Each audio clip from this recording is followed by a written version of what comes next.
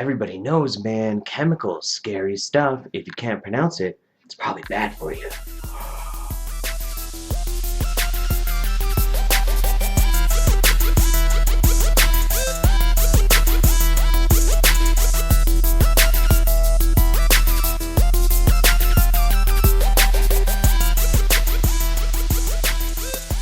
Hey everybody, it's Jeff Holiday again. So a friend of mine recently posted this video, and it's a little bit of an old video. It was posted earlier this year from BuzzFeed. You know BuzzFeed, the bastion of good, solid, evidence-based science, or more commonly, as it's known, the king of clickbait sites, inducing hysteria with some of the topical things that they like to make videos on, or lists on, or whatever. This one is actually rather hilarious. It is 11 terrifying facts about makeup. And of course, it's all about chemicals.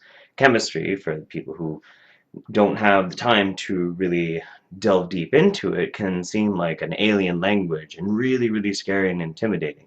I understand that. Most people do understand that. However, there is no excusing people trying to incite a panic just to try and get more clicks. So, tried and true to the way BuzzFeed likes to produce their information, we will disseminate their information one step at a time.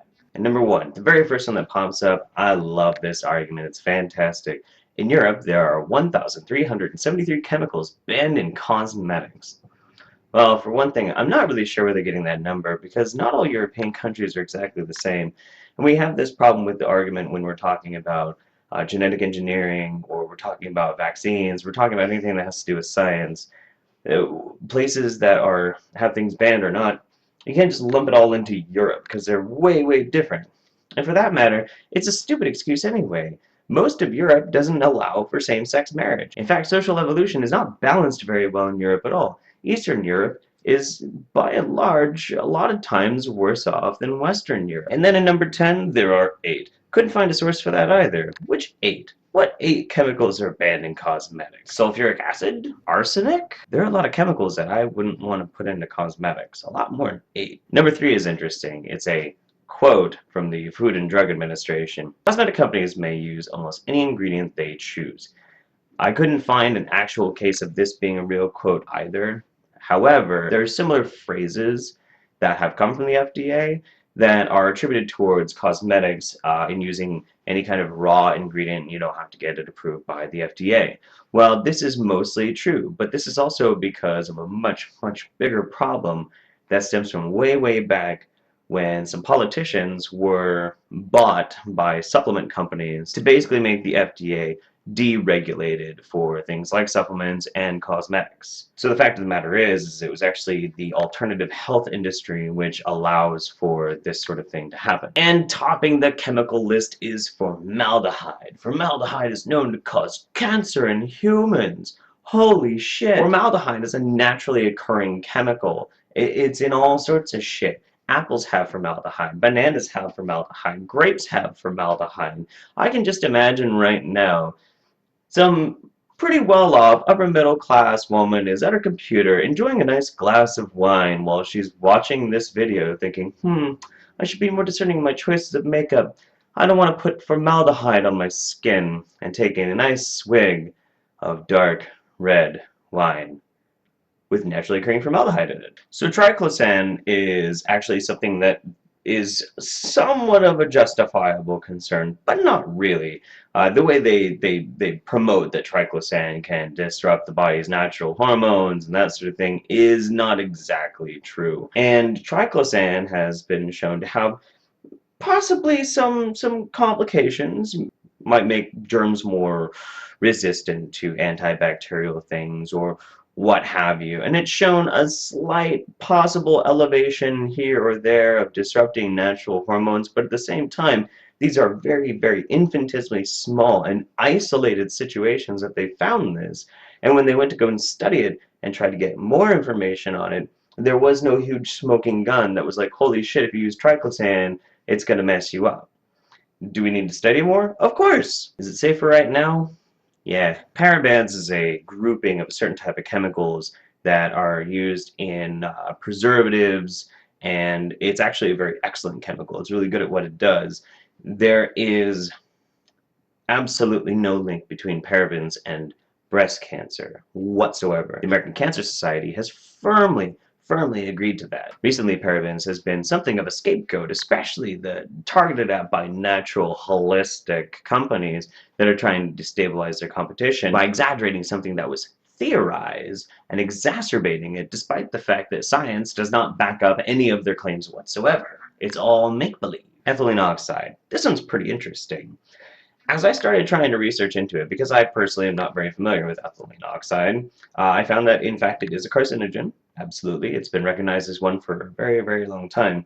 However, the only instance that I've been able to find, and correct me if I'm wrong, please, in the comments below, that ethylene oxide was actually used in the process of manufacturing cosmetics, but never actually intentionally used in cosmetics, was Johnson & Johnson in India. They used it as an agent for processing other chemicals, and when that was discovered that they did that, they had their licensing yanked out immediately, because that's a big no-no. So BuzzFeed deciding to include this in there is kind of ridiculous, because it was an isolated incident that hasn't happened since. Oh man, lead.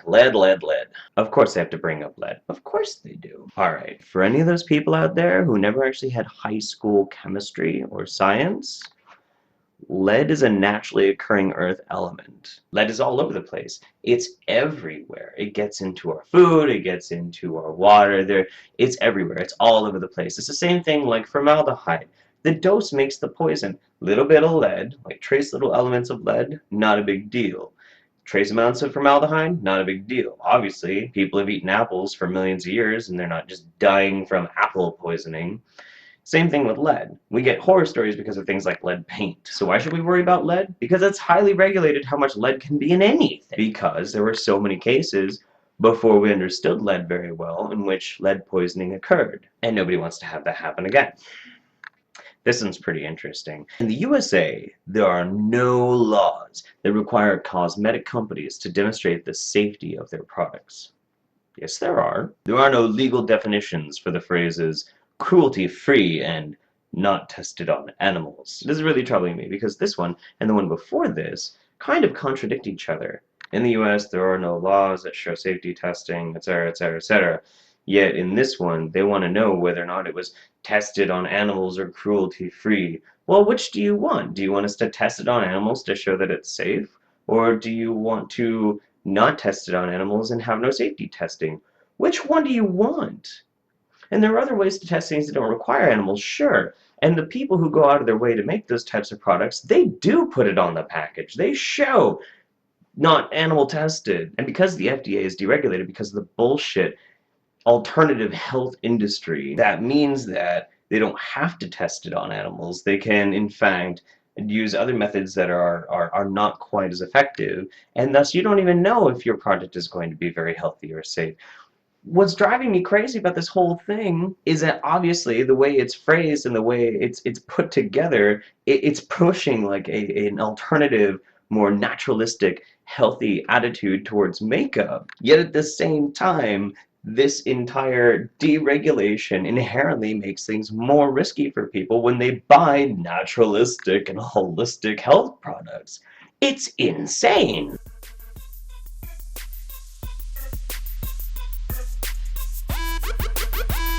Hello, my name is Jeff Holiday and I make videos on science, skepticism, and reason. If you would like to see more videos like the one you just watched, please click the subscribe button down below.